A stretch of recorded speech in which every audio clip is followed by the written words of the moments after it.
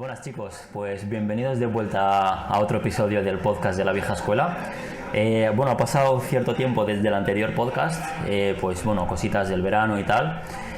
Y pues ahora lo vamos a retomar y vamos a intentar pues sacar un episodio con un intervalo bastante más razonable, ¿vale? Entonces en el episodio de hoy pues tenemos a nuestro invitado Fer, que es un querido amigo mío.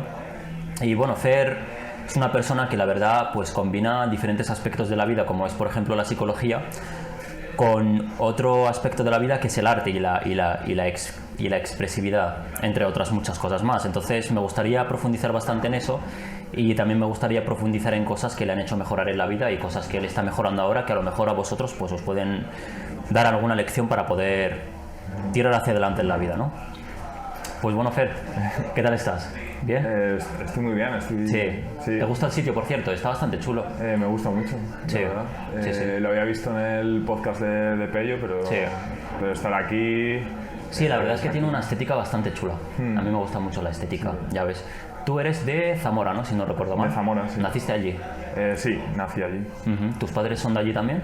Mis padres son de allí. Es verdad que de pequeño viví en Gijón y en Palencia, pero no recuerdo apenas nada. Ok. ¿Con cuántos años viniste aquí a Madrid? A Madrid he venido con 32, casi 33. Hostias, llevo tres añitos aquí. 3 añitos. Sí. Vale, pues una visión general así más o menos de tu tiempo ahí en Zamora, porque ahí como pasaste prácticamente gran parte de tu vida. Bueno, sí, he pasado hasta los 19 años más o menos. Después fui a estudiar a Valladolid. También he estudiado en Salamanca, o sea, al final he pasado también bastantes años fuera. Sí. Mi visión en Zamora, ¿te refieres? Sí, desde que por ejemplo creciste en Zamora con tus padres, las cosas que ellos te han ido enseñando, porque sí que recuerdo que me dijiste que una cosa de las que tus padres por ejemplo te enseñaron o te inculcaron cuando eras pequeño era la parte artística que tienes, ¿no? Sí, mi madre es artista, mi madre es pintora.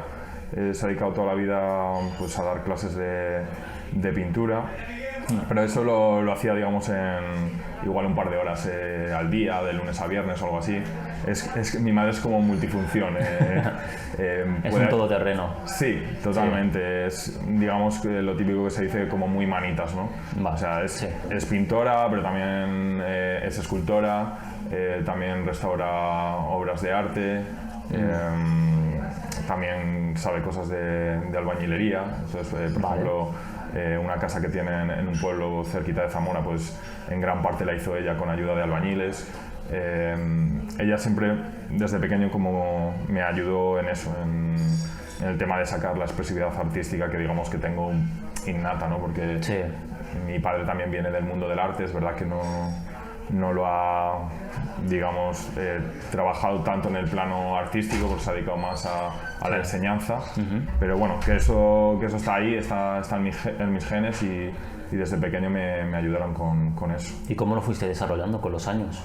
¿Empezaste pintando, imagino, porque tu madre pintaba mucho? Sí, mi madre, yo pasaba mucho tiempo con mi madre pues, en el estudio de pintura o incluso los veranos mi madre se iba al pueblo de su padre y pasábamos todos los veranos allí, las vacaciones, íbamos al campo a pintar. Mi madre sobre todo le gustaba pintar al aire libre. Hostia, qué bueno, eso es muy tranquilo. Y sí, recuerdo esos veranos con mucha tranquilidad, sí. Juntarme con la gente del pueblo y ya te digo, ir a pintar con mi madre.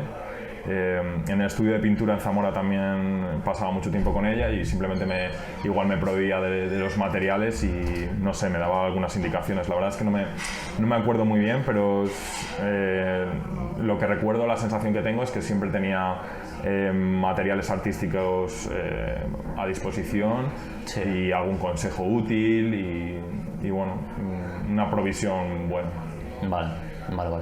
Y luego, claro, hiciste ahí la primaria, ¿no? ¿Hiciste ahí primaria? ¿Hiciste la secundaria sí, también? Bueno, estudiar hasta que me fui a estudiar restauración de arte a Valladolid. ¿Era la carrera o era un grado medio? Es equivalente a carrera. Vale. Técnicamente son estudios superiores artísticos. Sí. Pero bueno, el equivalente que tengo yo de esa carrera es como un grado universitario. Vale.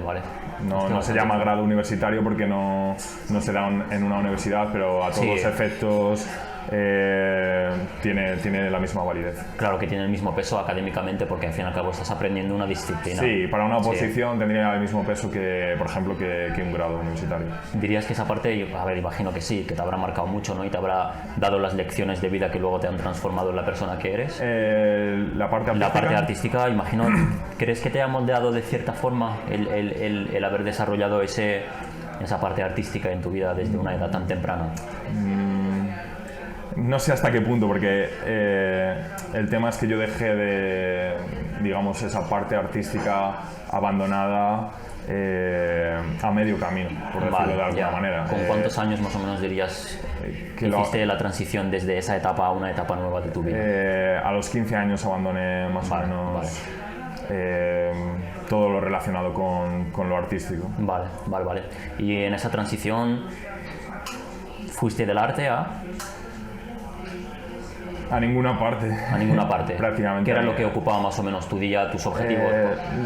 Lo que ocupaba mi día prácticamente hasta ese momento, aparte de lo normal de ir al colegio, Sí. Era el arte hasta esa fecha, más o menos. Me gustaba dibujar o pintar figuritas de estas de Warhammer. Cosas artísticas, cosas creativas. Sí. Y más o menos a partir de los 15, 16 años, pues por tema de adolescencia, de estar buscando otras cosas en ese momento, ¿no? El buscar socializar, abrirme a nuevas personas, ligar con chicas y demás. Sí.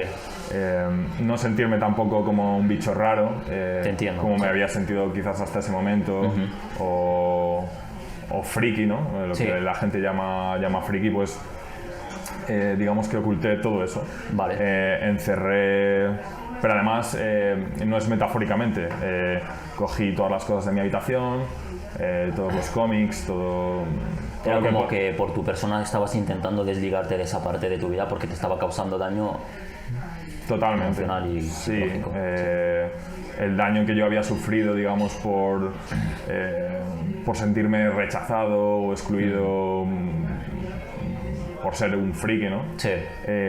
Digamos que dije, bueno, voy a ocultar toda esta parte, almaceno todo lo que pueda vincularme con el pasado en mi habitación y exteriormente también, con la ropa, con la apariencia y demás. Y me convierto en una persona nueva. Eso era como, no sé, como la aspiración quizás que tenía en ese momento. Sí, imagino que claro, eras un adolescente, ¿no? Que veía como ciertos puntos débiles en su vida y que querías mejorarlos, imagino. Porque te diste cuenta a lo mejor de que no sabías a lo mejor socializar mucho y querías aprender a comunicarte. Justo. Querías aprender a socializar y también querías aprender a cómo funciona la seducción, ¿no? Cómo ligar con una chica. Sí, o sea, en ese momento no tenía ni el concepto de seducción, pero lo que tenía claro es que los patrones o las referencias en las que yo me había dejado llevar en casa, a ver, voy a ir concretamente a la figura de mi padre y la figura de mi madre. Yo siempre de pequeño decían que era como una calcamonía de mi padre, y mi padre es una persona, pues bueno, que a nivel social pues tiene otras habilidades diferentes que las que tiene. Mi madre es una persona muy extrovertida, pero para mí no era, digamos, como el patrón de referencia innato. Sí. Y lo era mi padre, ¿no? Entonces, sí, te entiendo.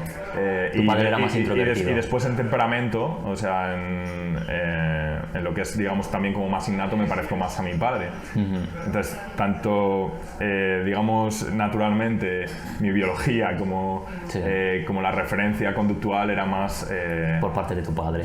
Por parte paterna. Sí. Entonces yo me vi en un momento en el que estaba como súper solo. O sea, nunca me preocupó tampoco tanto porque siempre fui de vincularme como con una persona, ¿no? Entonces, igual en una etapa tenía un mejor amigo, después tenía otro mejor amigo y así fui, digamos, transicionando diferentes momentos de la infancia, y para mí no era un problema, porque esa persona ya lo cubría todo. Sí, entiendo. Pero en el momento de la adolescencia, en el que ya por lo que sea esos amigos desaparecen, me encuentro solo y también quiero tener como un círculo más amplio, quiero sentirme integrado en lo que es el grupo, que es lo normal en la adolescencia.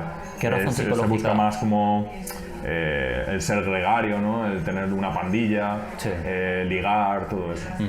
¿Qué razón psicológica crees que tiene el que te nazca por esa etapa de la vida cuando empiezas a ser adolescente? ¿Hay alguna razón psicológica por la que te nace esa necesidad? Yo creo que es prácticamente universal, o sea, Sí, imagino que sí. Hasta donde yo sé, o de las cosas que he leído, he escuchado en relación con la psicología, con el tránsito en esos años, el cerebro del adolescente deja de ser como empático, o merma la empatía. Creo que eso está estudiado incluso a nivel neuronal. Sí. Y la importancia del grupo es mucho mayor que la referencia de los padres. Sí. Entonces, lo que buscaba mi cerebro, o lo que yo buscaba, era sentirme incluido, sentirme aceptado por el grupo. Esa es la importancia. Yo creo que esa es una de las razones, por ejemplo, por la que coincide en esa etapa, la etapa que comúnmente conocemos en nuestra sociedad como la rebeldía. Cuando vemos a un chaval que está siendo rebelde, básicamente está intentando hacer cosas para que le acepte su grupo, que a lo mejor van en contra un poco de lo que le han enseñado sus padres. Sí. Entonces, desde el punto de vista de los padres o de la gente que, por ejemplo, lo ve desde fuera, lo ven como un rebelde, pero lo único que está buscando esa persona es pertenece a un grupo y quiere sentir esa aceptación, ¿no?, de que pertenece a ese grupo, porque además imagino que es como un instinto así de supervivencia que tenemos los seres humanos. Exactamente. O sea, la supervivencia en ese momento es pertenecer al grupo, no pertenecer quizás a tu familia de origen. De hecho, escuché alguna vez que también esa rebeldía, el grado que puede tener de ser como extremo a ser una rebeldía normal, depende mucho del trabajo previo que han hecho los padres en la infancia. Sí, totalmente. Cuando vemos casos como los del programa mítico de Hermano Mayor, normalmente con las historias que yo escuchaba, por lo menos eran como historias en las que los padres lo habían hecho muy mal. Involuntariamente, seguramente en todos los casos, yo diría. Pero al final esa rebeldía tan extrema venía de un lado, de un momento en el que lo habían hecho muy mal.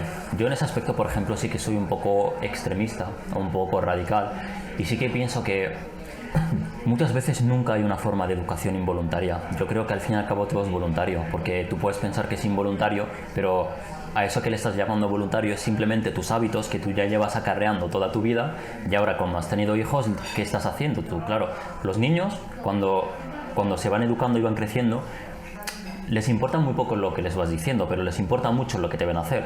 Entonces tú les puedes decir que hagan esta cosa, pero si a ti te ven haciendo otra, te van a seguir a lo que estás haciendo, no a lo que les estás diciendo. Tal cual, sí, no, estoy totalmente de acuerdo, es una cuestión de matiz o de cómo lo comunicamos. Justo. Cuando decía involuntario me refiero un poco a eso. Sí. Dicen muchas veces que somos víctimas de víctimas. Ya, efectivamente. Lo que pasa es que muchas personas igual no ponemos conciencia a veces en esas cosas que tenemos como incorporadas como malos hábitos y al no poner conciencia en esos malos hábitos que tenemos tampoco lo cambiamos y al final es lo que transmitimos las acciones, no, no lo que le digamos verbalmente a nuestro hijo o a nuestra hija. Sí, eso es. Entonces fuiste de una etapa en la que no sabías comunicar mucho, no sabías socializar mucho y tampoco sabías ligar mucho, a una etapa en la que en tu vida en la que aprendiste todo eso. Sí, lo que pasa es que ha sido una etapa bastante larga. Sí. Bueno, digamos que hubo como una transición rápida. Sí. Pues ya te digo, como en torno a los 16 años. Retomé la relación con un antiguo amigo, casi de parvulitos, con el que no había tenido mucho contacto durante varios años de la infancia porque me había cambiado de colegio. Pero bueno, digamos que este amigo pues sí tiene muchas habilidades sociales, es naturalmente extrovertido. Sí. Y el encontrar ese apoyo, ese referente me permitió también sacar pues mi parte extrovertida o Ya. digamos de una Ya. manera más natural. Ya, es lo típico, ¿no? Que dicen que al fin y al cabo, pues, de lo que te rodeas, Sí. si ves que la persona con la que estás casi todo el rato, que imagino que en esos tiempos era tu mejor amigo, ¿no? Sí, Por así decirlo. sí. Si le veías como una mariposa, o sea, como una mariposa en entornos sociales, ¿no? Sí. Que se movía con fluidez. Claro. A ti también te nacía más intentar Sí, hacer esa parte. Si él hubiese sido tímido, por ejemplo, hubieses absorbido también esa timidez. Tal cual. Sí. Sí, mimeticé un poco eso y no solo eso, que este amigo a su vez fue como un nexo de unión con otros amigos. Ya. Me resultó muy fácil socializar durante esos años y Bien. hice como una transición muy rápida, también muy brusca, ¿no? Porque al final interiormente seguía siendo la misma persona, pero exteriormente parecía otra persona completamente Ya. diferente. Entiendo. Todas esas habilidades que luego fuiste aprendiendo, ¿no? Porque cuando te das cuenta de que a lo mejor no sabes socializar o no sabes comunicar o no sabes cómo funciona el mundo de la seducción o la psicología femenina, te toca aprender ciertas cosas, te toca aprender un poquito del mundo, cómo funciona la mente, cómo funciona la psicología femenina, cómo funcionan las interacciones, entre otras personas y tal. ¿Qué crees que te ayudó a mejorar esas habilidades o cómo hiciste para mejorarlas? Bueno, digamos que desde estos años que te digo que empecé a abrirme, ¿no? Y a tener un círculo más amplio, desde los 16 años hasta los 21 aproximadamente, bueno, podía tener problemas en cuanto a la relación con las chicas, pero tampoco seguía ningún camino como muy específico, simplemente me sentía muy frustrado, muy perdido, dolido, todos los adjetivos que quieras añadir, hasta digamos que ya en Valladolid pues conocí a un grupo de chicos que me hablaron de temas de seducción, de libros, de todo esto, Sí. y ahí empecé a investigar un poco. ¿Y qué descubriste? Es que Bueno, además, no sé si, creo que era más o menos por esos tiempos, ¿no? Que se empezó a popularizar bastante el tema de los FUAs y de los pick-up artists, ¿no? sí, yo creo que fue más o menos, o sea, no al principio del todo, pero en los inicios. En los sí. inicios, sí. Bueno, pues para una persona tan vulnerable como lo era yo en esa época, pues al final pensé que había descubierto, no sé. Oro. Sí, suele pasar. No sé. Sí. Había descubierto algo increíble. Claro, porque si tú, por ejemplo, tienes como una carencia, ¿no? Y descubres algo que crees que puede suplir esa carencia, es como que tu mente está pensando en conseguir ese objetivo para intentar suplir esa carencia que a lo mejor uno tiene o uno desarrolla involuntariamente. Sí, el problema es que lo ocupó todo. Ya, Porque que como- se te desbordó otras áreas de la vida. En ese punto de mi vida ya estaba muy desvinculado de mí mismo, de esa faceta artística que tengo, de esa sensibilidad. Estuve perdido unos años y después encontré una cosa que llenaba el vacío que yo mismo había dejado tiempo atrás. Ya. Entonces, eso lo que me provocó fue bastante obsesión con este tema. Ya. Sí. Yo creo que es una espada de doble filo, básicamente. Yo pienso que sinceramente es muy importante que pues más o menos por esa etapa de tu vida, pues si eres una persona que a lo mejor innatamente no sabe, ¿no?, cómo tratar con las mujeres y tal, pues sí que es una etapa importante en la que aprendes ciertas habilidades pues que te ayudan, ¿no?, a manejarte mejor con las mujeres, saber cómo ligar, cómo conocer a una chica, cómo hablar con las mujeres, cómo funciona el contacto físico, ¿no?, el contacto visual, qué cosas son importantes y tal. Claro. Que al fin y al cabo luego te salen muy naturales, pero cuando eres un crío y no sabes mucho, pues hay ciertas cosas que necesitas aprenderlas un poco. Sí, o Hasta que sí. luego ya se terminan convirtiendo Sí, en igual algo si no natural. sé, para una persona introvertida, que no lo has aprendido de manera natural, pues está bien tener ciertas pautas y Sí. en mi caso, bueno, hay muchas cosas de las que aprendí, ¿no?, de los libros y de practicar. pero que no sé, a día de hoy veo un tanto absurdas. Es el camino que recorrí y, Ya, te entiendo, y, te y le entiendo. saco lo bueno de eso. Sí, a ver, claro. Tiene mucha parte de negatividad también porque Sí. por lo que te decía anteriormente, que al final en una etapa tan vulnerable, digamos que mi única fuente prácticamente de contacto o de aprendizaje respecto a las mujeres sean libros sesgados también, pues bueno, no sé. No sé Sí, cómo explicarte. sí, claro. Muchas veces, pues bueno, encuentras el típico manual, ¿no? Que te enseña Sí. como a qué camino recorrer, pero evidentemente, Y que somos seres humanos. sí, que somos no- seres humanos, nos dejamos condicionar por esas cosas. Pero Hay generalidades, pero Sí. si yo me tomo esa generalidad Claro. como un mantra, sí.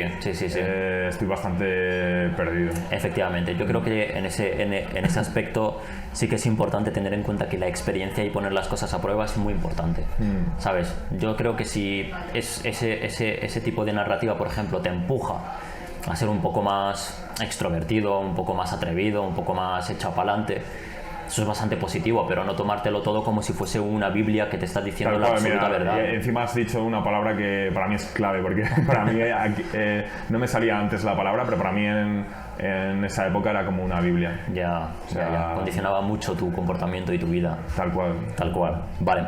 Después de eso, o sea, ¿qué vino después? Porque eso más o menos fue con los 16 años. Después hiciste el bachillerato, imagino. Perdona, no, de 16 a 21 años más o menos Sí. es cuando empecé. Bueno, a los 16 años ya es cuando empecé a cambiar, digamos, o a mejorar en las habilidades sociales. A los 21 años descubrí todo esto de la seducción. Sí. Y ahí me tiré mucho tiempo, o sea, evolucionando y demás, pero muy estancado en el tema de pues, vacío existencial o qué hacer con mi vida. Sí. Porque realmente no tenía nada tampoco. Las relaciones sociales son importantes. Muy importante. Las relaciones afectivas, sexuales, Sí. también lo son. Sí. Pero creo que lo más importante es para mí ahora mismo es estar en paz, paz. tranquilo Claro. conmigo mismo. Y ha sido, gran parte de mi vida ha sido una lucha conmigo mismo y por recuperarme a mí mismo. Sí. Cuando te diste más o menos cuenta de que por esa edad estabas teniendo como ese vacío, ¿no? Y que estabas como librando esa batalla, ¿qué decisiones tomaste o qué pasos seguiste para decir, estoy en esta situación, no me gusta esta situación en la que estoy por cómo me estoy sintiendo y cómo me está repercutiendo en cuanto a mi paz interior? Tengo que hacer algo. ¿Cómo lo enfocaste? Bueno, me resulta difícil resumir tantos años de Ya. vida porque este vacío existencial al final ha estado en mí, a veces rebrota incluso, pero ha habido muchas cosas que han pasado en tantos años. Yo lo que he intentado siempre es encontrar mi camino. Es como... Sí. Y a día de hoy lo sigo haciendo, incluso sigo como afinando.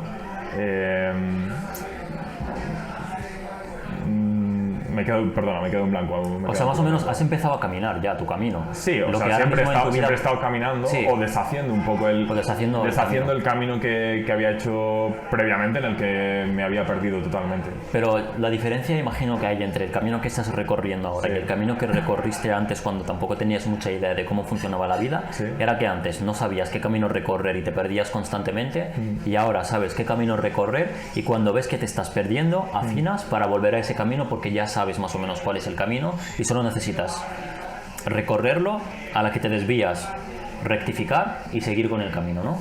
¿Dirías Más- que esa es más o menos la diferencia? Más o menos, o sea, no que rectifique tan bien como lo has planteado tú. Sí. Pero bueno, digamos que al estar más conectado conmigo mismo, intuitivamente sí me permite Sí. tener un camino más claro y también he dado muchos palos de ciego y bueno, tengo como más claro mi propósito a día de hoy, Sí. después de haber tocado diferentes palos. Al final estudié, por ejemplo, en el tema de estudios, ¿no? De profesión, estudié restauración de arte, pero tampoco, o sea, bueno, sí porque tenía relación con lo que yo había crecido, ¿no? con el arte, Sí. pero en un momento que no sabía qué quería hacer con mi vida. Después hice una breve transición a estudios de psicología por la UNED, por la universidad a distancia. Sí. También estudié terapia ocupacional, Vale. de lo cual trabajo actualmente, y estudié también un máster de arte terapia que no he terminado. Vale. Y que tengo la intención de terminar. Entonces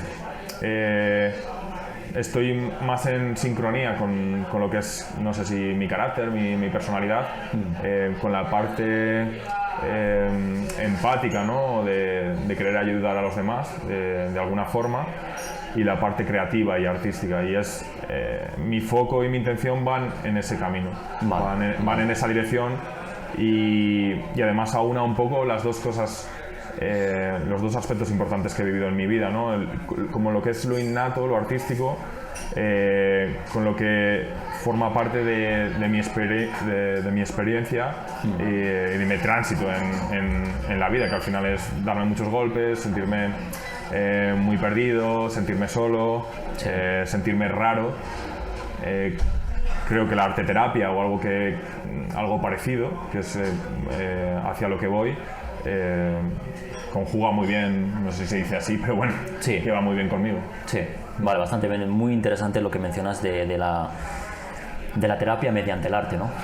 Que es algo que se utiliza mucho, por ejemplo, para gente que tiene como ciertos bloqueos emocionales, para aprender a superar esos bloqueos de una forma artística y que te ayude a aprender a expresar ciertas emociones sin que sean destructivas ni para ti ni para otras personas. Sí, bueno, hasta donde yo sé o lo que he experimentado en estos estudios, y también incluso antes de iniciar los estudios, porque tuve un contacto previo con una arte terapeuta mexicana, Vale. que altruistamente se ofreció a ayudarme.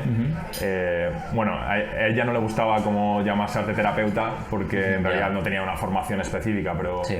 para mí lo es una persona que rondará los 70 y pico años, que Hostia. O sea, es una persona con a mí mucha me, experiencia. sí, que a mí me ayudó altruistamente, y bueno, tenía formación en antropología, Sí. en enfermería, historia del arte, creo, y terapia familiar sistémica. Cuando ella en cierto momento me introdujo a la arte terapia, y en una sesión que tuve con ella expresé cómo me sentía, rápidamente cogiendo un papel de periódico, envolviéndolo, apretándolo, mojándolo rápidamente en una tinta que tenía por ahí, y hice como una figura de un excremento, una mierda, y dije, así me siento. Y fue rápido, fue en segundos. Sí. Me di cuenta que tengo eso innato, que puedo comunicarme de una manera artística mucho más velozmente Que a lo mejor verbal o... que igual hablando con un psicólogo, con un amigo, Sí. que podría darle vueltas al tema y, Sí. y no me satisface o no libero esas emociones tan fácilmente como con algo de material. No hace falta hacer un cuadro ni nada así, digamos, como muy espléndido. Sí, que con algo simple ya podías expresar algo que era bastante grande en tu Sí, en y no vida. digo que eso sea la arte terapia, pero bueno, fue el primer contacto que yo tuve, y creo que es bueno, quizás no para todo el mundo, no todo el mundo nos expresamos igual, ni tenemos la misma manera de comunicarnos, Sí. pero bueno, para ciertas personas puede ser muy útil. Vale. Bueno, está bastante bien. Me gustaría tocar algunas cosas de la actualidad. Esto ya me gustaría más que nada para conocer tu opinión sobre ciertas cosas, ¿no? Sí. Que más o menos estoy viendo que están emergiendo en la sociedad en la que vivimos a día de hoy. Bueno, vivimos más o menos en el primer mundo, aquí en la Unión Europea, en los Estados Unidos en general. Vivimos una vida bastante cómoda. Tenemos prácticamente de todo. No padecemos hambre, frío. Si tienes frío, estás en tu casa, te pones la calefacción o lo que sea, tienes agua caliente. Si necesitas ir a cualquier sitio, tienes tu coche, etcétera. Tenemos cualquier cosa que necesitamos y más. Tenemos mucho más de lo que necesitamos. Pero aún así, en los últimos años y en las últimas décadas se ha visto un altísimo repunte en condiciones psicológicas y mentales como son la depresión, la ansiedad. Desde tu punto de vista, ¿cómo crees que eso está ligado al desarrollo en cuanto a comodidad, o sea, en cuanto a comodidad que hemos ido pasando estos años? Bueno, digamos que tenemos, sí, como todas las necesidades básicas cubiertas, o la mayor parte de la sociedad, pero creo que cada vez más, o en general, quizás mi perspectiva, nos hemos desvinculado de otras cosas, ¿no? Sí. Un ejemplo que me ponía un compañero nuestro de nuestro antiguo trabajo, Sí. En una formación, me comentó que había visto en un reportaje que habían aumentado los suicidios o algo de eso, y estaba y en ese reportaje o en ese documental conectaban ese aumento de los suicidios con la desconexión con Dios. Vale. Digamos que una sociedad Desarraigada de la desarraigada espiritualidad. de lo espiritual, Sí. o de lo divino, de Dios, da igual la religión que sea. Sí. Es una sociedad que está de alguna manera también más perdida en ciertos aspectos. Es algo natural en el ser humano. No digo que todo el mundo tenga que sentir esa conexión, ¿no? Sí. Pero que el no sentirla en general en la sociedad pues lleva a vacíos que muchas veces es difícil de cubrir con cosas materiales, con viajes, con experiencias. Mismamente ayer escuchaba a Rosalía, La cantante, ¿no? Sí, Sí. Me salió en Instagram un vídeo y hablaba un poco de ese tema, ¿no? Del vacío, que era difícil de cubrir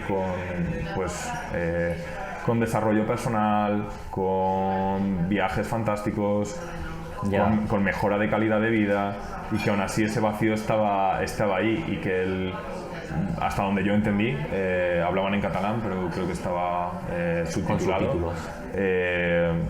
El tema de vincularse con Dios, decía algo así como ella o él, da igual. Sí.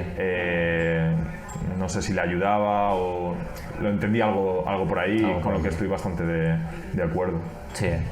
Sí que es verdad que muchas veces, si una persona no es capaz de reconocer ese vacío y saber que ese vacío espiritual no se llena con cosas materiales, cuantas más cosas materiales tienes, más se intensifica ese vacío. Además va acompañado con una frustración, porque tú estás partiendo desde el punto de partida o desde la idea, ¿no?, de que tú tienes ese vacío, que en verdad es un vacío espiritual y es un vacío en cuanto a lo mejor tu persona o tu carácter, y piensas que lo vas a llenar teniendo más posesiones, más coches, más casas, acostándote con más mujeres, etcétera. Y luego cuando haces todas esas cosas te das cuenta de que sigues sintiéndote igual.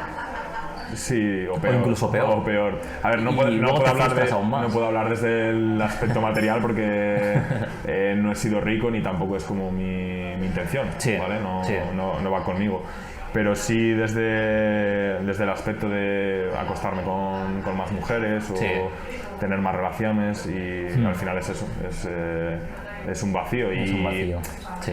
Y normalmente lo veo en mucha gente, o en la mayoría. No sé si es algo subjetivo mío, pero bueno, veo Sí. que la gente en general tendemos a llenar vacíos Con placer. Sí, placer. Con placer, dopamina. Sí, tener más dinero, Sí. tener... Sí. No sé, más de algo. Sí. Más siempre, más, Sí, y, sí, sí. y más y más. Sí, justo. Yo estoy en ese aspecto, estoy bastante de acuerdo contigo en ese aspecto. Muy bien. Ahora estás trabajando de algo que te gusta, evidentemente. Sí, trabajo con mayores, soy terapeuta ocupacional. Vale. Y aún así sigo, como te comentaba, buscando coger las partes, digamos, mis grandes talentos y aunarlos en un camino. Vale. Porque digamos que la parte de terapia ocupacional o trabajar con mayores, lo que más me satisface es estar ahí para ellos, mostrar una cercanía natural. Sí. Al final las personas mayores que están en residencias, bueno, las personas mayores en general, ¿no? Han perdido, a veces hay personas, me estoy acordando ahora mismo de una persona que vi ayer que no tiene familia, no tiene hijos, no le quedan amigos ¿Pero porque les han abandonado o...? No. ¿O porque ya no simplemente están? porque en su vida ha sido una mujer soltera y luego no ha tenido ni familia ni nada. Puede haber muchos casos, ¿no? Sí, Pero sí. el caso del que me estoy acordando, que he estado con ella ayer mismo, pues una persona que me ha dicho que siente que se va a morir. ¿Cuántos años tiene la mujer? No lo sé exactamente, pero andará cerca de los 90 o así. Ya bastante O 80 y avanzada. pico, Sí. no lo sé. Y no sé, sentir que estoy ahí al lado de ella, pues a mí eso, por ejemplo, me satisface un montón. Todo lo que es que me noten cerca de ellos y ayudarles lo máximo posible. Sí. Pero por otra parte, tengo la necesidad de trabajar más en la parte artística, que ha estado como tan abandonada y que empezaba a recuperar hace poco tiempo. Cuando empecé el máster hace 3 años, este último año he comenzado a pintar. Vale. Seguir trabajando eso e intentar aunar las dos partes, la parte terapéutica, la parte de estar ahí para los demás y la parte artística. Vale, está bastante bien. Creo que tienes un Instagram en el que es más o menos un poquito de tu proyecto personal. Aparte del tuyo personal, creo que tienes uno de tu proyecto personal. Sí, bueno, casi no, o sea, es como, sí, como un pequeño espacio de ese propósito, más que como un proyecto personal o como, no sé, como algo que estuviera pensando en vender ahora o darle como una proyección. Sí. Es como mi rinconcito, de momento es como simplemente el rinconcito de mi alma. Sí. Es ese Instagram. Yo tengo un Instagram general en el que tengo personas que igual he conocido de un día y que es digamos puro ego, en el que subo fotos en las que me veo más guapo, más... Sí, bueno, eso es normal, ¿no? En cuanto a redes sociales, sería como es como la tendencia, ¿no? Cualquier persona que sube una foto en Instagram intenta subir como su mejor foto y su mejor versión, evidentemente. La parte superficial y luego sí. tengo mi rinconcito más genuino, más de verdad, que es, digamos, este Instagram. Vale, está bastante bien. Es que te lo menciono más que nada porque me gustaría conocer un poquito en los próximos años o en la próxima década. No sé si tienes algún proyecto personal que tú quieras desarrollar, ya sea para ti. O sea, cuando digo proyecto personal ya no solo me refiero a que sea tuyo, sino también un proyecto en el que es tuyo pero lo utilices pues para ayudar a personas o para acercar a otras personas a que, oye, esto que estoy haciendo pues puede ayudar a muchas personas, ¿no? a sentirse pues de alguna forma mejor, porque tú, por ejemplo, trabajas mucho con gente pues que necesita, ¿no? ese acompañamiento espiritual. ¿Cómo lo quieres enfocar en los próximos años? No sé si quieres desarrollar como algún proyecto que luego puedas materializar en algo que pueda ser productivo hacia cierto público. Ahora mismo no es que esté verde, pero como que tampoco me planteo nada como muy específico. Lo que tengo claro es que voy a terminar el máster de arte terapia por satisfacción propia de terminarlo, de terminar el máster, de hacer las prácticas con profesionales que me tutoricen o que estén al tanto de las dinámicas que hago y que me puedan corregir. Tengo claro que quiero seguir simplemente creando, pintando, dibujando, modelando, lo que sea, o haciendo garabatos, que quiero seguir expresándome artísticamente y que eso en algún momento confluya pues para desarrollar esta profesión o algo que se le parezca, en el sentido de ayudar a personas con problemas emocionales a quizás encontrar otra vía, otra manera de sacarlos fuera, que es a través de estrategias creativas. Sí. No arte como lo entendemos, aquí no Sí, se trata sí, de De pintar un hacer una obra de supercuadro arte, o claro, hacer una claro, obra claro. de arte, Sí. sino utilizar esos materiales artísticos, quitar todos, digamos, todos esos juicios de lo que has creado está bien, está mal, es bonito, es feo. Eso lo podemos utilizar para otros contextos, pero para el contexto de arte terapia al final no se trata de algo bonito, algo feo. Al final es lo que tú has creado, de lo que tú estás sintiendo, Sí. y eso te da un feedback, a ti mismo de eso que has creado, con la conversación que tienes a la vez con el arte terapeuta en este caso, que es la persona que te acompaña, que es la persona que te sostiene y está ahí para ti. Sí, yo creo que es importante, ¿no? Que las personas pues reciban esa validación en cuanto a ciertas emociones que a lo mejor llevan mucho tiempo escondiendo. No sé si conoces al psicólogo Carl Jung. Sí. Sí, que él hablaba mucho, bueno, desarrolló el concepto de la sombra, ¿no? Es como esa parte que nosotros siempre tenemos, que está como... la mantenemos un poco lejana de nuestra personalidad.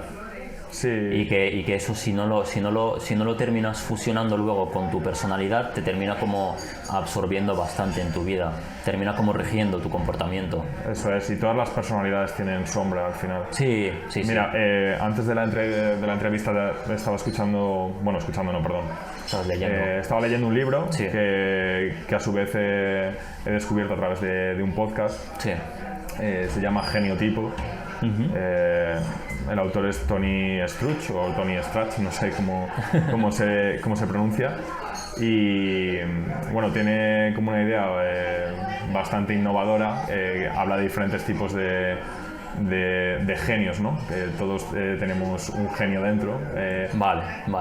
Sin utilizar la palabra genio como algo, digamos, excepcional, Sí. aunque sea excepcional al mismo tiempo, lo que viene a decir es que todos tenemos algún tipo de talento. De talento. Y no sé, me he perdido, no sé cuál Yo era. también lo creo, ¿verdad? O sea, yo muchas veces observo a la gente y siempre, saber, muchas veces, pues, oye, observas a una persona que a lo mejor nunca has visto en tu vida, tampoco puedes evaluar si tiene un talento o no, pero yo sí que generalmente, a medida que voy en la vida, veo cosas en otras personas que a lo mejor es un talento, ¿no? Lo veo como, no sé, veo por ejemplo una persona que es muy alta, por ejemplo, digo, hostia, esta persona mide casi 2,10 metros, esta persona tiene... físicamente, que yo sinceramente creo que los talentos físicos son uno de los más difíciles de poder desarrollar, ¿no? Si no los tienes, porque si naces bajito es muy difícil crecer más de lo que tu genética te permite. Pero no sé si por ejemplo eres una persona alta, pues oye, tienes una capacidad física que puede ser un talento para ciertos deportes que lo requieren, como es el baloncesto, por ejemplo, el voleibol, la natación, etcétera. ¿Sabes? Sí, bueno, en ese aspecto yo no lo llamaría talento como tal, o sea, lo llamaría como una cualidad física, justo en el ejemplo Sí. que tú me has puesto, pero sí, es obvio que tener ciertas cualidades físicas al final te puede ayudar en ciertos caminos. Puede ser que esos caminos no sean los tuyos. Claro. A mí, por ejemplo, muchas veces me han dicho pues temas de modelaje o... ¿Te lo han propuesto alguna vez? Porque además, como o la vas al gente- gimnasio y estás fuerte, sí, pues o la gente en general, ¿por qué estéticamente- ¿por qué no te dedicas a eso? O ¿por qué no, o sea, no dedicarte igual profesionalmente, pero ¿por qué no haces más cosas de eso? Sí, O- sí. No sé, no es algo que llame la no es atención. algo que me llene, es algo que quizás puedo hacer por dinero en determinado momento, pero tampoco, Sí, tampoco lo ves siento que como me algo- llenaría demasiado. Lo que te comentaba, que me dispersé un poco respecto a este libro y la parte de la sombra que me comentabas, es que al final todos los talentos tienen su parte de sombra. Sí, Entonces, como el antitalento, por así decirlo, ¿no? Sí, Como- si tienes talento para una cosa, tienes el antitalento, El antitalento para otras cosas. o la sombra, entonces es buscar Sí. un poco el equilibrio El equilibrio. entre las dos, sí. Es lo tradicional, ¿no? El yin y el yang, ¿no? Sí. Que todo siempre en la vida tiene su lado bonito y su lado feo. Sí, buscar eso, El equilibrio entre las dos homeostasis, cosas, ¿no? que llaman, ¿no? El equilibrio. El estar entre- en esa parte, en ese punto intermedio. Sí. Bien. Vas al gimnasio también, estás bastante fuerte. Bueno, bastante fuerte, no sé. ¿Cuánto llevas en el gimnasio? Llevas bastantes años, ¿no? ¿Llevas una década cerca? A ver, en realidad más. En realidad la primera vez que fui al gimnasio fue con 19 años, pero bueno, no sé, ha habido diferentes etapas. Cuando empecé más obsesivo, otras veces simplemente por lo mal llamado de mantenerse, porque en realidad nuestro cuerpo va a peor. Si no lo ejerces, entonces, va peor. Si yo busco el mantenimiento cuando mi cuerpo va peor, estoy empeorando. Estás empeorando. Nunca nada se mantiene. O pones esfuerzo para ir a mejor o va a ir a peor. Pero bueno, sí. Para que nos entendamos todos, pues el mal llamado mantenimiento, sí, a veces de abandono total y... De literalmente no ir al gimnasio. Sí, o ir muy poco, o ir un día a la semana o algo así. Y ahora pues sigo buscando el equilibrio de ir al gimnasio y comer mejor. A veces me es muy difícil. Muchas veces se complica, más que nada por pues, las etapas de la vida, ¿no? A lo mejor en una etapa de tu vida tienes mucho más tiempo para dedicárselo a llevar una dieta adecuada, a tener una rutina de gimnasio adecuada, etcétera. Pues hay veces en la vida, ¿no? Que cierta etapa pues es como que te lo tambalea un poco y no puedes ir a lo mejor todos los días y tal. O el estrés, la ansiedad, eso me jugaba las pasadas a la hora de comer dulces o... Cuando digo comer dulces no digo comer una galleta, digo comerme... Sí, zamparte una tarta. Prácticamente. Para mí, sinceramente, el deporte es algo bastante importante. Yo no puedo pensar en mi vida sin hacer deporte. Sí que es verdad que empecé a hacer deporte, o sea, empecé con el gimnasio porque, pues bueno, de pequeño cuando era adolescente pues hacía algo de natación, pero tampoco era así de forma competitiva. Pero empecé a ir al gimnasio más o menos cerca de los 22 más o menos, y desde entonces no veo mi vida sin hacer deporte, porque ahora mismo pues bueno, voy al gimnasio, hago también boxeo, y yo sí que no veo mi vida sin hacer pesas para estar fuerte y hacer algún otro deporte, que a mí los que más me gustan son los de contacto. Es como que me cuesta mucho imaginarla, pero más que nada por todo el beneficio que me da, por todas las cosas que me ha ayudado a desarrollar. Entonces me cuesta mucho imaginar mi vida sin todo eso. Me sentiría incompleto, sentiría como un vacío bastante grande si no noto que en esas aptitudes físicas que no las estoy ejerciendo, que no les estoy dando vida. Estoy de acuerdo. ¿Sabes? En mi caso no es que sea, digamos, de una manera como más natural, como puede ser en personas deportistas de toda la vida, ¿no? Que siempre les ha gustado hacer deporte, pero es verdad que las etapas en las que menos deporte he hecho, seguramente de salud mental estaba peor. El deporte ayuda muchísimo. Y sí, lo veo como realmente como comer o como... Sí, como algo ya habitual, como algo parte de tu vida. Como algo que es necesario, ¿no? Para sobrevivir de alguna manera, hacer ejercicio. Sí, hacer ejercicio. Mantenerme no, esa palabra no, pero tener como cierta actividad física en tu vida, ¿no? La actividad física. Tener esa actividad de sentirte vivo, porque si no haces nada tu cuerpo se siente muerto. Me lo pide el cuerpo ya. Sí, te lo pide el cuerpo. Sí. O sea, te lo pide sea el en cuerpo. mayor nivel o en menor nivel, pero es súper saludable. Sí, es muy saludable. Yo sinceramente, encarecidamente os recomiendo a todos ir al gimnasio. Lo más probable es que ya lo hagáis, pero por si no lo hacéis, chicos, ir al gimnasio, que es muy fácil. Y o sea, tampoco cuesta mucho. También escucho de muchas personas que el gimnasio lo odian, pero pueden hacer deporte. Sí, si no necesariamente. Hay gente que están entre cuatro paredes que... Claro. Pero a ver, no sé. Lo de las cuatro paredes en un gimnasio, pues bueno, al fin y al cabo son cuatro paredes, pero más que nada porque es algo utilitario, ¿no? Tú pagas por un servicio, que es que tienen ahí máquinas que te ayudan a ejercer diferentes músculos, pero oye, si tú no quieres, porque te agobia estar entre cuatro paredes, hacer ejercicio, infinidad. Puedes hacer calistenia, efectivamente, puedes hacer correr, puedes hacer entrenamientos funcionales, puedes hacer crossfit al aire libre. De hecho, ya no hay como una diferencia entre, por ejemplo, lo físico y lo cognitivo. De hecho, en el tema con el que yo trabajo, con personas mayores que igual tienen Alzheimer o otras demencias, deterioro cognitivo, creo que está demostrado que el ejercicio físico puede ayudar más que la estimulación cognitiva. A mantener la enfermedad. Lo físico ya es más importante que esto típico que hemos aprendido de, bueno, pues que haga, no sé, que haga operaciones de cálculo, que haga sopas de letras, que para mantener un poco las capacidades cognitivas. No, vete a hacer ejercicio, que eso le va a ayudar más a tu cerebro que lo otro. Y también eso ayuda muchísimo cuando haces deportes que requieren como cierta capacidad cognitiva. Como es, por ejemplo, puedo decir el ejemplo del boxeo, que es actualmente el deporte que practico. Hay también un arte marcial que es el jiu-jitsu. El jiu-jitsu es un deporte muy físico, pero es extremadamente mental. En el jiu-jitsu tú puedes ser una persona que tiene mucho músculo, pesas mucho, eres muy grande, estás muy fuerte. Venir una persona que literalmente pesa la mitad que tú, en cuanto a altura es prácticamente la mitad que tú, y es capaz de someterte en 20 segundos. Eso es por el tema de... Conoce más técnicas, tiene mucho más conocimiento, sabe manejar su cuerpo y sabe manejar el tuyo, sabe cómo distribuir su peso para estar de cierta forma, sabe cómo utilizar tu peso en tu contra, etcétera. Qué ¿Sabes? Bueno. No sé, o sea, sé la palabra jiu-jitsu, Sí. sé que es lo que aprendió Neo en Matrix, creo que... Yo me refiero al jiu-jitsu brasileño. Que ¿Hay diferentes tipos de jiu-jitsu? Creo que sí, porque el jiu-jitsu tradicional pues era japonés, luego se desarrolló más adelante, pero el jiu-jitsu al que yo me refiero es de derribos y de básicamente hacer llaves en el suelo. ¿Sabes? Imagino que lo habrás visto en las MMA, que las MMA es algo que se utiliza bastante. El wrestling y tal, o sea, el tema de la lucha es algo que se utiliza bastante. Lo que se utiliza en el suelo, ¿no? En el suelo, efectivamente, ¿no? Hacerte una llave para romperte el brazo, la pierna, el tobillo, el codo, lo que sea. Sí, eso es muy mental, es muy mental. Es como literalmente estás jugando ajedrez con el cuerpo de la otra persona. Es algo bastante...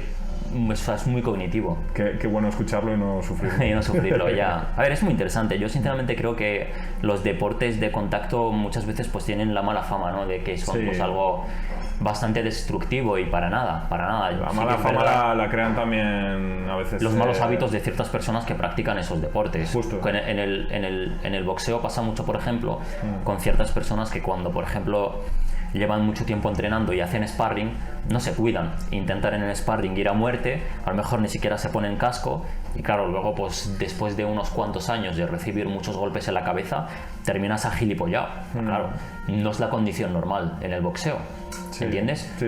O sea, figuras como Conor McGregor o Ilia Topuria, para mí son muy diferentes y hay uno que me inspira y otro que me genera rechazo. ¿Cuál de los dos dirías que te inspira y cuál de los dos? Sin tirar beef no van a venir ninguno por ti. Ilia Topuria me inspira. Te inspira mucho.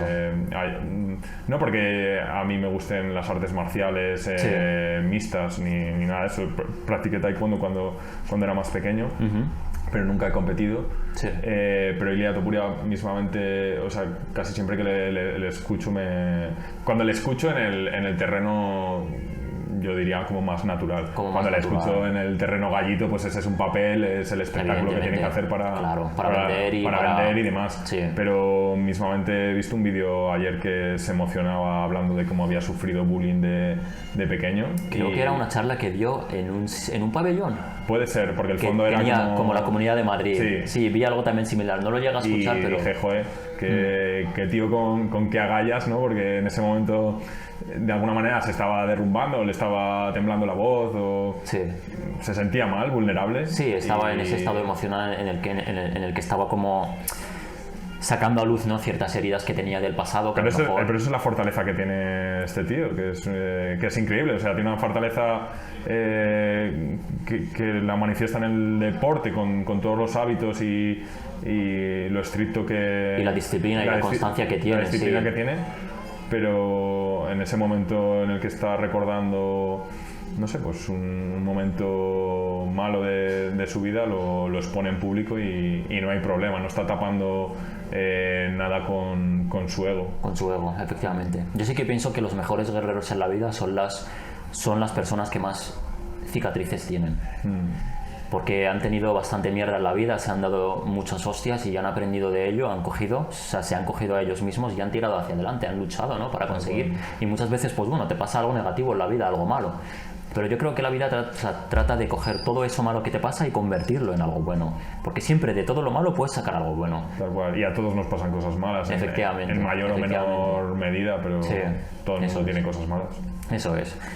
Vale, pues para concluir, uno de los eslogans de este podcast es que queremos entrenar tanto la mente como el cuerpo, como el espíritu, como el carácter de la persona. Me gustaría que dieses un aspecto para ayudar a nuestra audiencia a mejorar algo en cada uno de esos ámbitos. Uno para el cuerpo, otro para la mente y otro para el carácter o el espíritu.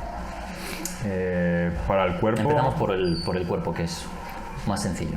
Yo para el cuerpo diría simplemente hacer deporte, lo que a cada uno le guste más. Sí. En plan, si te gustaba la bici de pequeño, puedes retomar la bici, simplemente pasear por el campo o apuntarte, no sé, a un club de ciclismo. Sí. No me gusta dar consejos en general, pero si me los tuviera que dar a mí mismo, pues sería un poco eso. Vale. O retomar ese arte marcial que hiciste de pequeño, o de pequeña. Sí. El gimnasio, hacer deporte, no sé. Yo en mi caso diría como mínimo 3 veces a la semana. 3-4 veces a la semana, yo creo que está bien. El otro era en eso estoy muy de acuerdo, los 3 días. Sí. Como mínimo. Como mínimo. Yo sí que es verdad que soy una persona que me encanta el gimnasio. Yo empecé literalmente, cuando empecé a ir al gimnasio, empecé a ir 3 días, luego dije, hostia, me está pareciendo poco. Empecé a ir 4, después dije, hostia, esto es muy poco. Empecé a ir 5 y ahora voy los 7 días de la semana al gimnasio. O sea, a veces ¿Y por qué no hay 8 días? Que si no... A veces pasa también lo de, ¿cómo se llama esto? De los rendimientos decrecientes. A mí me pasa muchas veces. Que muchas veces piensas que cuanto más haces, más vas a... Pero luego termina siendo... Me ha pasado muchas veces en la vida con diferentes aspectos y hay que, o sea, intento poner también el foco en eso y en optimizar, ¿no? Sí, en que no se me vaya la pinza con no mucho de algo es mejor, sino que a veces el equilibrio, ¿no? Sí, buscar el equilibrio. Sí, yo por ese aspecto reconozco que no hace falta ir los 7 días a la semana. Pero sí que eso, o sea, es verdad. Yo, por ejemplo, y muchas personas de los que nos estaréis escuchando también a lo mejor os parecéis mucho en ese aspecto a mí, pero como me gusta tanto hacer ejercicio físico, pues no sé, es algo que me gusta. Claro, también depende mucho del propósito de la persona. A mí me ayuda bastante. Si es un deportista profesional, por ejemplo. Claro, efectivamente. Bueno, o incluso aunque no lo seas, pero va muy encaminado con lo que quieres hacer. Sí, está bien. Justo ayer, por ejemplo, me acuerdo que vi o sea, no sé si recuerdo que era en YouTube Shorts, que vi un pequeño vídeo de Khabib, no sé si conoces a Khabib, el de la UFC, sí, que él es de Daguestán y tal. Sí. Pues bueno, él viene de las montañas de Daguestán, ¿no? En una vida así bastante humilde y tal. Y bueno, él entrenaba 2 veces al día, Y me acuerdo que un punto de su vida, bueno, que era también bastante joven, llegó a casa por la noche, después de su segundo entrenamiento, y eran como las 11 de la noche. Y se quedó así parado pensando y dijo... Me parece muy poco, voy a ir una tercera. Y a las 11 de la noche se fue a entrenar una tercera vez y desde entonces cada día iba a entrenar 3 veces, se iba a dormir más o menos tarde, luego al día siguiente se levantaba a las 7 de la mañana, bueno, más o menos dormía entre 5 y 6 horas y seguía cada día esa rutina. Madre mía, eso es, bueno, tiene amor por lo que hace. Porque tiene mucho amor por lo que hace y también tiene sería mucho sostenible. amor. Efectivamente, y también es muy importante que muchas veces, aunque...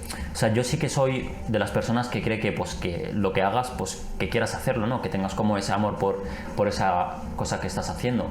Pero Khabib, por ejemplo, ya no solo tenía amor por lo que estaba haciendo, sino que también era fiel al objetivo que se había puesto y sabía que si tenía que entrenar 3 veces al día y hacerlo cada día, que lo tenía que hacer para cumplir su objetivo. Era un sacrificio que para él era digno para conseguir ese objetivo. Claro, pero al final va en sincronía, ¿no? O fluyendo con lo que él ama. Efectivamente. El tema es cuando intentamos poner mucha disciplina en algo que no amamos. En algo que no amas, no va a funcionar bien. No va a funcionar bien. Vale, entonces tenemos el del cuerpo suplido, uno para la mente.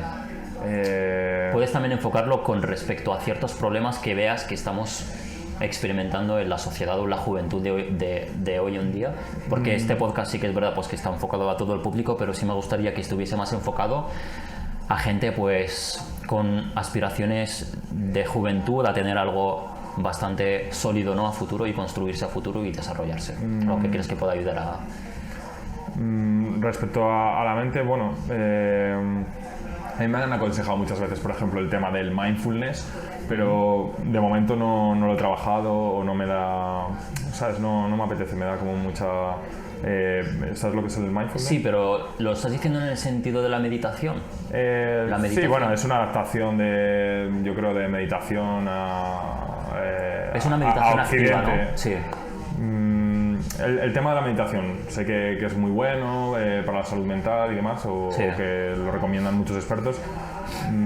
Yo no le he encontrado el punto de momento. Sí. Pero bueno, para otras personas que igual están escuchando el podcast les puede servir. Contacto con la naturaleza al final. Sí. Yo creo que eso la mayoría de seres humanos, salir un poco de las ciudades, pisar césped sin el calzado, no sé, pasar tiempo en la naturaleza. Parece mentira, pero esas cosas ahora es como muy extrañas. Sí, pero bueno, al final... Pisar suelo sin zapatillas. Sí. Pisar césped. Bueno, todavía me encuentro gente... ¿Cuántas personas lo hacen al día a día? Alguna persona aquí en Madrid me he encontrado en el Cercanías con descalza. Con descalza, ¿no? Hay mucha gente, se está poniendo muy de moda lo del barefoot, ¿no? Lo de ir descalzo. Sí, porque sí. Es como que te Bueno, hay mucha gente que... Incluso el calzado que imita un poco el ir descalzo. Sí, que tiene, ¿no?, los dedos y los pies y tal. Sí, eso lo he visto, sí. No sé, naturaleza, expresión artística de cualquier modo, ¿no? Vale, okay. Ya sea como hobby o sí, arte dramático, pintura, música. Sí, lo que te ayuda a expresarte, ¿no? Sí. Llevar esa parte de tu...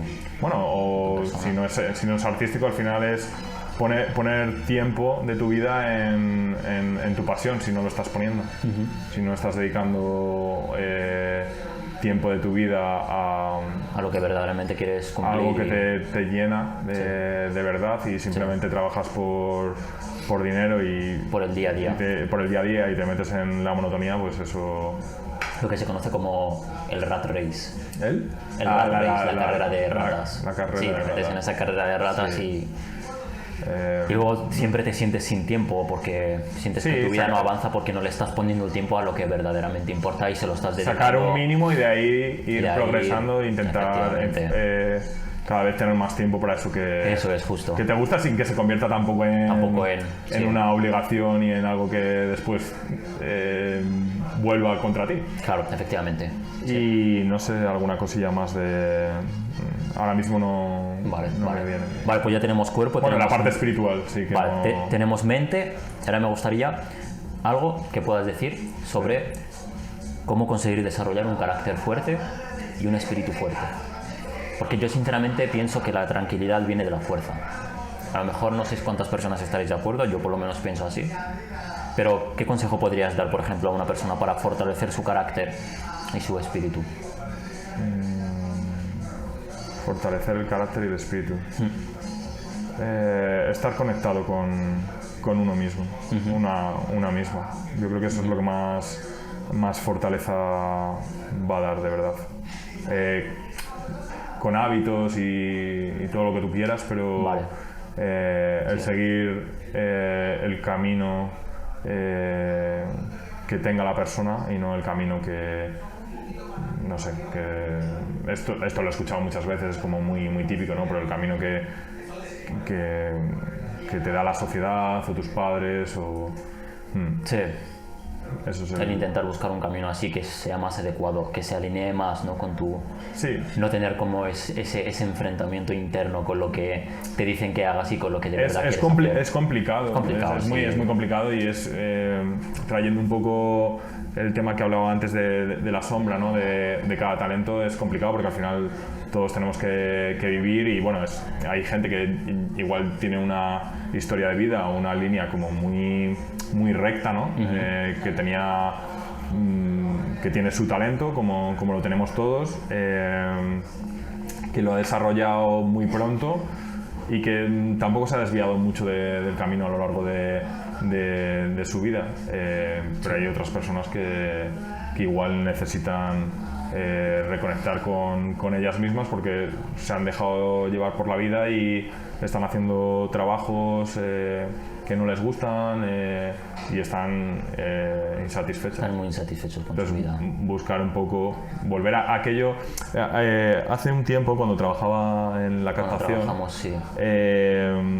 me acuerdo que paré a un chico, ahora mismo es cantante y tiene una proyección importante en México. Vale.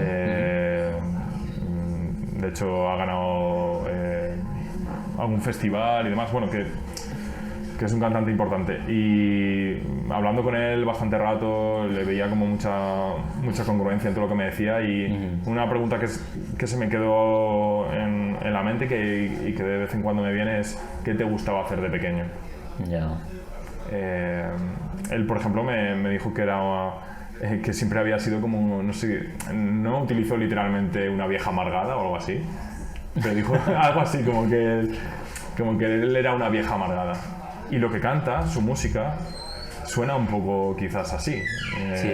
Estoy transformando sus palabras, sé que no me dijo literalmente eso. Sí, pero es la interpretación que tú tuviste de lo que te dijo. Sí, y está en línea con lo que él es. Y luchó por su sueño y ahí está.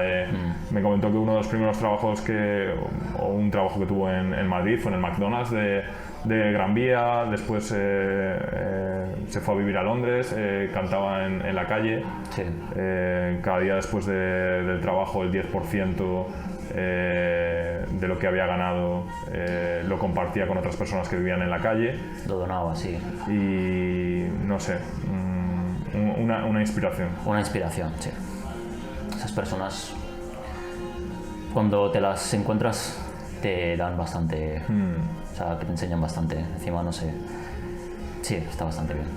A mí me gusta mucho. Yo me acuerdo que cuando también estaba en captación, tengo muchísimas memorias, ¿no?, de mucha gente que paraba, y muchas veces me acuerdo una vez que paré a una chica que no sé si era una condición genética que tenía, pero tenía como este brazo lo tenía bien, este brazo, pero lo tenía mal, tenía como una deformación en cuanto a brazo. Y adivina cuál era su profesión. No sé, pero algo manipulativo, ¿no? Era escritora. Ya ves. Escribía.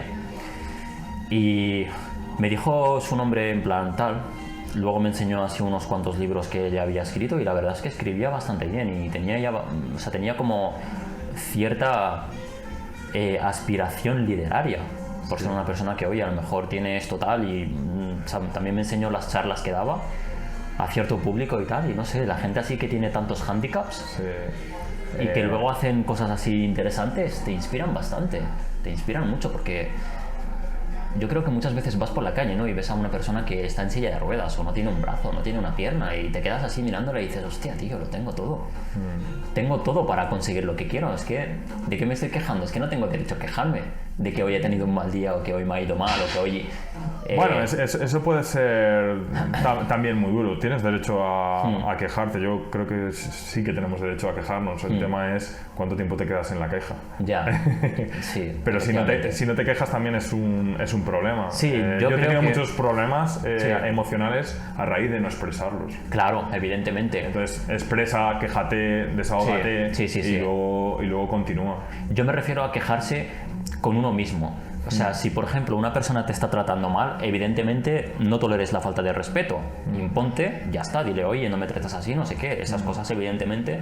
O si ves que alguien pues lleva a cabo contigo una injusticia, no te quedes callado. Y tampoco si ves a alguien llevar a cabo una injusticia con otra persona, evidentemente.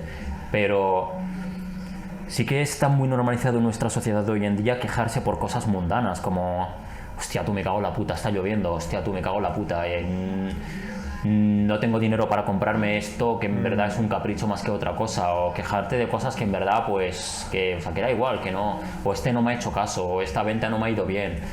¿Sabes? Esto, por ejemplo, tú que también fuiste formador y fuiste jefe de equipo en el anterior trabajo que teníamos, cuando por ejemplo nos entraba una persona nueva que teníamos que formar y le teníamos que enseñar a cómo hacer el trabajo, quejas por todas partes y negativas por todas partes. Es que a la que ponías, por ejemplo, a tu pollito a parar a 2 personas, ya te venía: que no se me para nadie. Es que, ¿sabes? Hombre, es lo fácil. Claro, sí, es lo más fácil, o sea, es lo más normal, porque luego tú lo entiendes y dices, bueno, pues es normal, yo nunca he hecho este trabajo, pero luego desarrollas como esa atrás y dices, ya está, si esta persona no se me ha parado, pues voy a por la siguiente y ya está, ¿y de qué me voy a quejar? Si no tiene sentido, que no me ha pasado nada malo. La queja y la crítica es como lo más... Sí, es como lo más fácil el go-to. Del mundo. El go-to, sí, es como lo más fácil. Respecto a lo que decías de esta mujer que me comentaste que habías parado, que de hecho me gustaría hacerle un podcast. Me acordé de la frase de en la herida está el propósito. Ya, sí. Bueno, es que hay mucha gente que cuando tiene una herida que les marca tanto en su vida lo convierten herida física en su propósito. Emocional. Sí, justo, que lo convierten ya en su propósito de vida y lo convierten en algo que marca positivamente tanto a ellos como a otras personas. Mucha gente que, por ejemplo, han padecido cáncer, o su padre ha muerto de cáncer, o su hermana ha muerto de cáncer, o cualquier de esas cosas, que luego, cuando crecen, crear una asociación para combatir el cáncer, para ayudar a la investigación contra el cáncer, o muchos científicos que, por ejemplo, se embarcan en esos tipos de proyectos.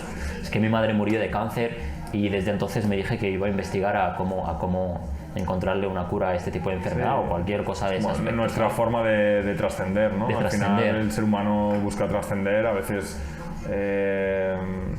simplemente reproduciéndose, teniendo hijos, transmitiéndole sus valores o creencias, a veces escribiendo un libro, ayudando a los demás de cualquier forma. Está bastante bien. Pues nos ha quedado un podcast bastante chulo, la verdad. Sí, yo me he encontrado muy a gusto, la verdad. Sí, el sitio es bueno y contigo siempre que he hablado me he sentido cómodo, así que... Eso es bueno, ha sido bastante agradable. Pues nada, chicos, muchas gracias por escucharnos un episodio más y bueno, hasta el próximo episodio. Ya, si tenéis algún tema que queráis tratar, pues bueno, lo podéis dejar en los comentarios y espero pues que hayáis aprendido, que le saquéis el máximo provecho a este podcast y que hayáis podido pues aprender algo de Fer, que la verdad pues todo lo que ha dicho a mí me ha resultado bastante interesante, que ya le conocía de antes, pero sí que es verdad que había muchas cosas pues que no habíamos profundizado y que la verdad que me ha gustado bastante. Así que nada, chicos, os veo a la próxima y a entrenar duro.